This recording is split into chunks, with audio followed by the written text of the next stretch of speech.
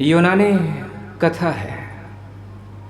Sisyphus नाम का एक युवक है। कुछ पाप किए हैं, कुछ घृणित कर्म किए हैं।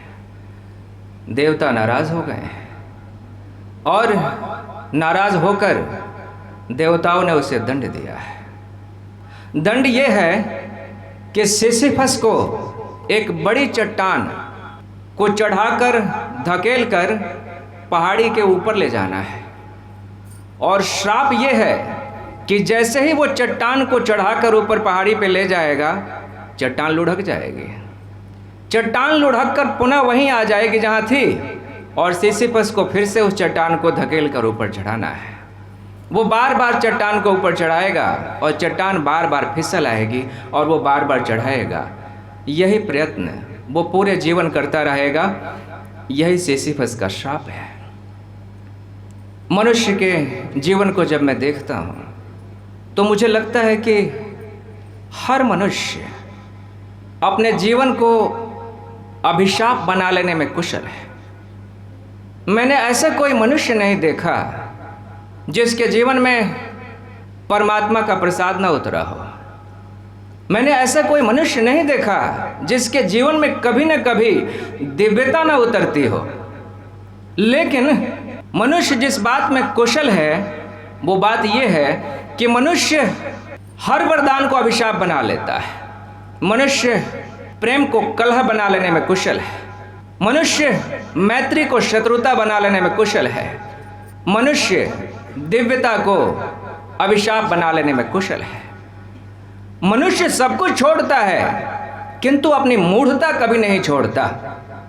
ऐसा मनुष्य कोई होगा इस धरती पे जिसके जीवन में प्रेम की कोई झलक न उतरी हो नहीं सकता। असंभव है ये बात, क्योंकि प्रेम परमात्मा की ज्योति है और परमात्मा की ज्योति से ही जब जीवन ज्योतिर्मय है तो कौन ऐसा मनुष्य हो सकता है जिसके जीवन में प्रेम की झलक न आई हो।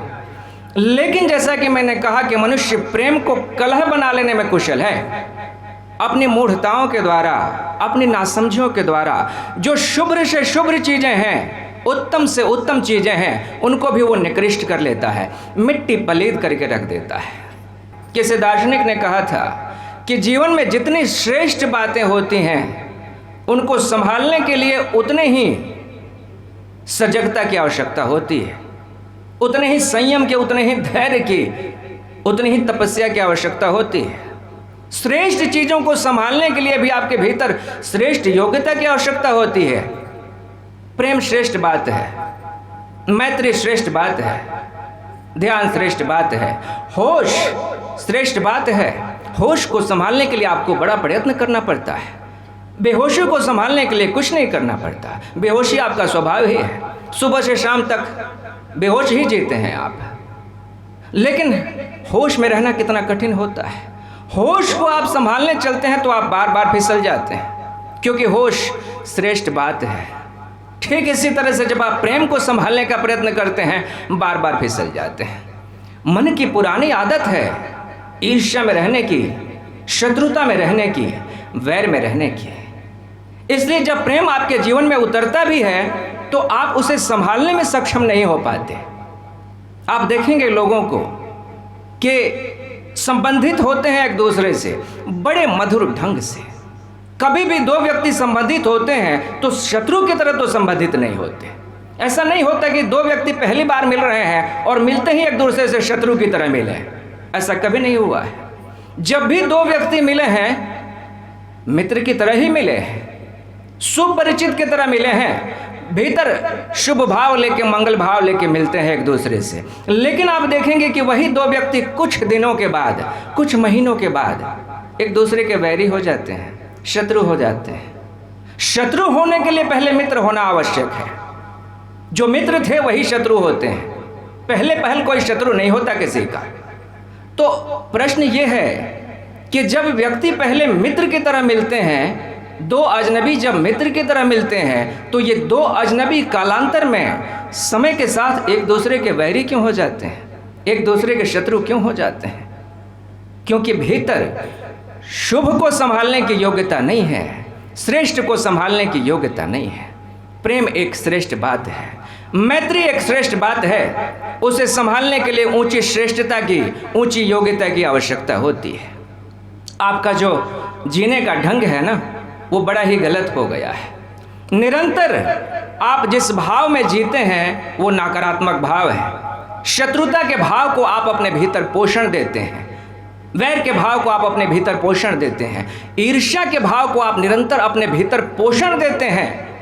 तो ईर्ष्या, वैर, शत्रुता, ये आपके जीने की शैली हो गई है, ये आपके जीने के ढंग हो गए हैं। इसलिए प्रेम जैसी श्रेष्ठ बात जब आपके जीवन में आती है तो आपको ढंग ही नहीं पता है कि इसको संभाला कैसे जाए।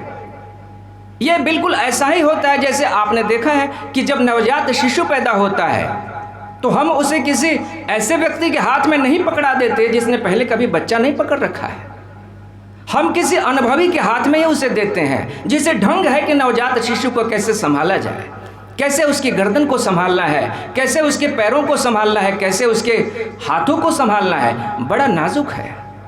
जरा सी भूल चूक, जरा सी असावधानी और उस छोटे से जीवन को नुकसान हो सकता है, खतरे में पड़ जाएगा उसका जीवन। प्रेम बड़ी नाजुक बात है, सबके संभाले नहीं संभलता। प्रेम को संभालने के लिए पहले खुद ही संभलना पड़ता है।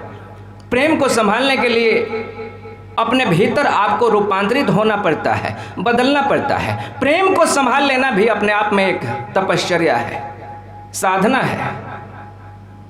मनुष्य धर्म में चाहे जितनी भी गति कर ले, साधना में चाहे जितनी भी गति कर ले, लेकिन हर धर्म का अंतिम उद्देश्य क्या है? प्रेम। हर साधना की अंतिम परिणति क्या है? प्रेम, करुणा, कि आपका हृदय पिघल जाए, कि आप दूसरे को अपने भीतर समाहित कर पाने में सक्षम हो जाएं। इसी योग्य आपको बना देना हर साधना का उद्देश्य है। लोगों से संबंधित होने का ढंग आपको आ जाए, यही धर्म का उद्देश्य है। धर्म आपको एकाकी होना नहीं सिखाता। धर्म ये नहीं कहता कि आप दुनिया छोड़ के भाग जाएं और जाके वहां रात दिन धुनी रमा के बैठ जाएं तो आप धार्मिक कहे जाएंगे। नहीं, धर्म का अंतिम उद्देश्य ये नहीं है। किसी भी धर्म का, किसी भी साधना का अंतिम उद्देश्य ये है कि आपको मनुष्य के साथ और इस पूरे जगत के साथ संबंधित होने का ढंग आ जाए। वो ढंग सिखा देना उद्देश्य है। वो ढंग हमें नहीं आता। कहने के लिए तो हम एक दूसरे के संबंधी हैं, लेकिन संबंधित होने का ढंग हमें पता नहीं है। मैं पूछता हूं कि प्रेम जैसी सुंदर बात को हम घृणा में कैसे बदल देते हैं? प्रेम जैसी सुंदर बात को हम वैर में कैसे बदल देते हैं? प्रेम जैसी सुंदर बात को हम ईर्ष्या में कैसे बदल देते हैं? ये बात मुझे कभी समझ ना आई। मैंने तो ये देखा है कि प्रेम इतनी सुंदर बात है, इतनी मधुर बात है कि यदि मेरे हृदय में एक बार प्रेम उतर गया तो मैं उस प्रेम को बढ़ाना चाहूँगा, निरंतर बढ़ाना चाहूँगा। यदि आपको धन मिल गया, सोचिए थोड़ी देर के लिए, कल्पना कीजिए कि आपको धन मिल गया, कोई खजाना मिल गया। अब आप क्या करेंगे? क्या पागलों की तरह आप उसे लुटाते फिरेंगे, या आप भीतर चाहेंगे कि इसको मैं सहेज के रखूं, संभालूं, इसे बढ़ाऊं? यदि आपको सचमुच धन से प्रीति है, धन से प्रेम है, तो आप चाहेंगे कि ये वृद्धिमान हो, ये बढ़े, ये खजाना बढ़े। प्रेम खजाने की तरह है। प्रेम ने यदि आपके हृदय को छुआ है तो आप समझिए कि आपका हृदय धनवान हुआ है। लेकिन आप उस प्रेम को संभाल नहीं पाते। आप उस प्रेम को कलह में बदल देते हैं। जिससे प्रेम करते हैं उसी से ईर्ष्या भी करने लग जाते हैं। जिससे प्रेम करते हैं उसी से आप घृणा भी करने लग जाते हैं। उसी से आप द्वेष नाद लेते हैं, उसी से जलन होने लगती है। ये कैसे कर लेते हैं आप? ये मूढ़ता की हद होती है। यदि आप सचमुच मानते हैं कि प्रेम एक श्रेष्ठ बात है, तो मैं कहता हूं कि इस प्रेम को संभालने के लिए जो कुछ भी कुर्बान करना पड़ जाए वो आपको करना चाहिए। उस प्रेम को संभाले रखने के लिए, बचाए रखने के लिए यदि प्राण भी देने पड़ जाए तो प्राण देने के लिए आपको तैयार रहना पड़े। यह है प्रेम की अंतिम परिणति। क्या कहा है मीराबाई साहिबा ने? कहती हैं कि सूली ऊपर सेज पिया की, किस विधि मिलना होए। बात पहली जैसी लग रही है कि मेरा प्रियतम जिससे मैं प्रेम करती हूं, उसकी सेज, उसका ठिकाना कहाँ है? सूली के ऊपर है। तो अब उससे मिलना कैसे होगा? कैसे मिलूं मैं उससे? एक ही ढंग है उससे मिलने का कि यदि पिया की सेज सूली के ऊपर है तो मुझे सूली से भी प्रेम करना होगा। जितना प्रेम मुझे अपने पिया से है, जितना प्रेम मुझे परमात्मा से है, उतना ही प्रेम मुझे उस कठिनाई से, उस दुख से भी होना चाहिए जिस कठिनाई से, जिस दुख से होके उसका रास्ता गुजरता है। यदि प्रियतम से मिलने के लिए मुझे प्राणों की बलि भी देनी पड़े तो मुझे उसके लिए तैयार रहना है। यही तो कह रही है मीराबाई कि सूली ऊपर सेज पिया की, किस विधि मिलना होए, एक ही ढंग है। प्रेम के रास्ते में ऐसा नहीं होता कि सिर्फ फूल ही फूल आपको बिछे मिलेंगे, बल्कि विपरीत होता है। प्रेम के मार्ग में कठिनाइयाँ ही कठिनाइयाँ आती हैं, और प्रेम की परीक्षा ही यही है कि जितना सघन प्रेम होता है, कठिनाइयाँ भी उतनी ही सघन आती हैं। प्रेम यदि आपका बहुत प्रबल है तो कठिनाइयाँ भी बहुत बहुत प्रबल आती हैं, और यदि आपकी दृष्टि ऐसी है कि मैं इन कठिनाइयों से अब ऊब गया हूँ, कि मैं थक गया हूँ, कि मैं प्रेम करके थक गया हूँ, कि प्रेम मेरे लिए अब हानि का सौदा सिद्ध हो रहा है, तो मैं कहूँगा कि प्रेम को आपने जाना ही नहीं। आपने प्रेम को कभी नहीं जाना था। प्रेम का मार्ग अति दुर्गम मार्ग है, अति दुर्लभ मार्ग है। प्रेम ने जिसके हृदय को छुआ है वो दिव्य है। प्रेम ने जिसके हृदय को छुआ है वो ब्लेसेड है। लेकिन उस प्रेम को संभालने के लिए आपको कुछ कुर्बानियां देनी पड़ती हैं। कुर्बानियां बाहर से नहीं देनी पड़ती हैं, सारी कुर्बानी भीतर से ही देनी पड़ती है। आप देखेंगे कि दुनिया के सभी धर्मों में जो पुरानी कथाएं हैं, पौराणिक कथाएं हैं ना, उनमें आपको भक्तों की परीक्षा की कथाएं आती हैं। भक्त की परीक्षा ली जा रही है, वो चाहे अर्जुन हो, वो चाहे मौर्य ध्वज हो, हर भक्त की परीक्षा ली गई है, हरिश्चंद्र की परीक्षा ली जा रही है। बल्कि परमात्मा का अपने भक्त से जितना ही स्नेह हुआ, उसके जीवन में उतनी ही कठिनाई भेजी उसने। क्यों? यही परीक्षा है, अंतिम परीक्षा ये है भक्त की कि यदि तुम्हें परमात्मा से प्रेम है तो तुम क्षुद्र को त्यागने को तैयार हो कि नहीं। क्षुद्र से जब तक मोह नहीं घटेगा तब तक तुम्हारा प्रेम जो है वो पुष्ट नहीं कहा जाएगा। तब तक प्रेम का सोना कुंदन नहीं बन सकता है। इसलिए भक्त की परीक्षा होती है। तो मैं देखता हूँ कि हमारे बहुत सारे साधक हैं, कहने को तो एक दूसरे को प्रेम करते हैं, लेकिन प्रेम के साथ साथ एक दूसरे के लिए भीतर कहीं ना कहीं ईर्ष्या भी पाल रहे हैं। ये प्रेम कलुषित हो रहा है, ये प्रेम मैला हो रहा है। ये मैला प्रेम तुम्हें परमात्मा तक कदापि ना पहुंचा पाएगा। तुम अपनी पुरानी वृत्तियों के शिकार हो, तुम अपनी पुरानी वृत्तियों के हाथ का खिलौना बने हुए हो। अपनी वृत्तियों को समझो, अपनी नासमझियों को समझो। पुरानी कथाएं कहती है कि लोग तपस्या करते हैं और तपस्या करके देवताओं से वरदान मांगते हैं। तपस्या करने वालों में दो तरह के लोग होते थे। एक तो भले लोग होते थे कि जिस उद्देश्य के लिए उन्होंने वर मांगा है वो शुभ उद्देश्य है और उस उद्देश्य की पूर्ति में अपना जीवन लगाते हैं, वो शुभ का वरदान मांगते हैं और शुभ ही करते हैं। और एक दूसरे तरह के लोग भी होते थे, वरदान तो मांगते थे अपने शुभ के लिए, लेकिन उस वरदान को अपनी नासमझी के द्वारा वो अभिशाप बना देते थे। उन्हें हम असुर कहते थे, राक्षस। सुनी है आपने कथाएं? वो चाहे हिरण्यकश्यप की कथा हो, चाहे वो रावण की कथा हो, चाहे वो भस्मासुर की कथा हो। वरदान तो ऐसे सुंदर सुंदर मांगे उन्होंने कि मेरा जीवन अमर हो जाए, कि मुझे कोई मार ही ना सके। कितना सुंदर वरदान है। लेकिन आप देखेंगे कि अपनी नासमझी के द्वारा, अपनी मूढ़ता के द्वारा अपने वरदान को ही अपने लिए अभिशाप बना डाला। उसी वरदान से अपना सर्वनाश कर डाला। कैसे कर डाला? क्योंकि शुभ को संभालने की क्षमता ही भीतर नहीं थी। असुर वृत्ति का मतलब क्या होता है?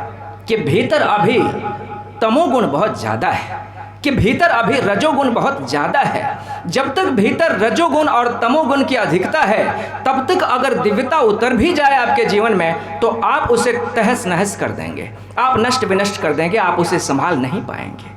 इसीलिए धर्मों ने आपके आचरण को बदलने के ऊपर इतना जोर दिया है, आपके भोजन पे बदलने पे इतना जोर दिया है, आपके बोलने चालने की शैली पे उसको सुंदर बनाने पे इतना जोर दिया है, नीति पे इतना जोर दिया है धर्मों ने।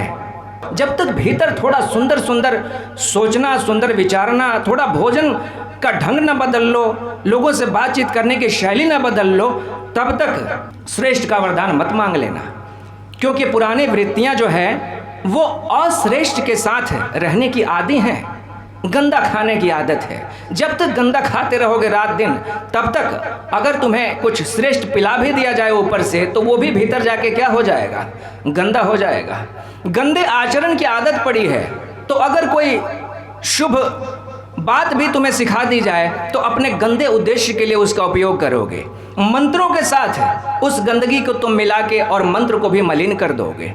इसलिए कहा गया कि आचरण को शुद्ध करो, भोजन को शुद्ध करो, आचार को शुद्ध करो, विचार को शुद्ध करो, आहार को शुद्ध करो, उसके बाद शुभ की संकल्पना करो, उसके बाद अपने जीवन में शुभ को लाने का प्रयत्न करो। तो यही कहना है आपसे कि हर मनुष्य के जीवन में शुभ उतरता है, श्रेष्ठ उतरता है, लेकिन उस श्रेष्ठ को संभालने में आप कितने सक्षम हैं, इसी में आपकी योग्यता दिखती है। मैं देखता हूं कि हर मनुष्य के जीवन में प्रेम उतरा है, लेकिन प्रेम को हम तहस नहस कर देते हैं। जिससे आप प्रेम करते हैं उससे घृणा आप कैसे कर लेते हैं, ये बात मुझे समझ नहीं आती। प्रेम में यदि किया जा सकता है कुछ, तो सिर्फ और सिर्फ त्याग किया जा सकता है, सिर्फ और सिर्फ बलिदान किया जा सकता है। प्रेमी को घृणा नहीं किया जा सकता। रूमी ने कहा था, डोंट स्कोल्ड द लवर, प्रेमी को कभी डांटना मत। उसने आगे कहा था कि उसके द्वारा कही गई कड़वी बातें भी उनके द्वारा कही गई मीठी बातों से कहीं अच्छी हैं जो तुम्हें प्रेम नहीं करते। जो प्रेम नहीं करता वो अगर मीठी मीठी बातें भी कहता है तो उसका कोई मूल्य नहीं है, लेकिन जो प्रेम करता है आपको, अगर वो कड़वी बात भी कहता है तो उस बात में मोल है, उस बात में कुछ बात है, उसके भीतर आपके कल्याण की भावना है। गुरु कई बार कठोर हो जाता है, लेकिन उस कठोरता के पीछे भी आपके कल्याण की भावना होती है। माँ चाहे कितने भी कठोर हो जाए बच्चे के साथ, लेकिन वो बच्चे को मिटा नहीं देना चाहती।